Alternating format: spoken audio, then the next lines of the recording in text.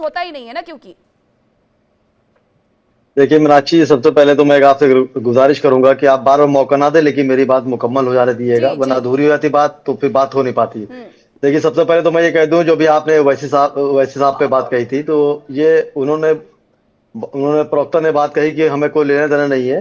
तो मैं उन पर इल्जाम नहीं लगा रहा हूँ, लेकिन जब बात निकल के आती है, इतने बड़े मैटर पे निकल के आती है, तो कम से कम ओवैसी को अपना बयान देना चाहिए, ओवैसी साहब को, कि वो मेरी पार्टी में है नहीं है, इसमें कोई दो राय नहीं। देखिए बिल्कुल। इंसाफ वाली बात ये है, अगर मुझ पर कोई इल्जाम लग रहा है तो कम से कम ओवैसी साहब फ्रंट पर आए और ये बात के उस पार्टी से मेरा कोई, वो लड़का मेरी पार्टी में नहीं था।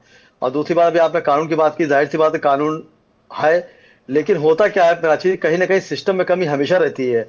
अब आप वही बात आएगी, बात करिएगी बीच में, आप बताइए 300 लड़कियों ने जो एफआईआर लिखाई है, उन लड़कियों ने बयान भी दिए हैं तरह तरह के। एक लड़की ने तो यहाँ तक कहा कि जब मैं उसके घर गई तो उनके भाइयों ने भी ऐसे ही हमारे साथ किया। हम्म। तो इसमें कहीं ना कहीं प्रशासन या सिस्टम की कहीं ढिलाई थी कि इतना मामला बढ़ता चला गया। अभी आपको याद होगा झांगुर का ही मामला ऐसे ही था हम्म। कि वो एक छोटी साइकिल दो ताबीज करता था, करते करते उसे 40 मुल्कों को सफर कर लिया है, हवेली बना ली पूरी गांव में, और बनी नक्शा कैसे पास हो। कहीं ना कहीं मैं समझता हूँ कि प्रशासन की भी ढिलाई रहती है। और मेरी हमेशा गुजारिश रही मुल्क के वजीर आजम से और रियासत के वजीर आला से, योगी आदित्यनाथ जी जब से यहाँ पे मुख्यमंत्री बने हैं, तो कुछ नहीं तो 10.5 साल हो रहा है, बहुत ये हकीकत हालात दो चार हुए हैं, बड़े बदमाश ठंडे पड़े हुए हैं, बहुत बेटियां आराम से निकल रही हैं, लेकिन उसके बाद भी कुछ मामले मंजरेआम पर आ जाते हैं और वो संगीन रूप ले लेते हैं। जैसे यही मामला बताइए, इसमें 300 लड़कियों की बात है, वो भी मेरी बहन बेटी होगी।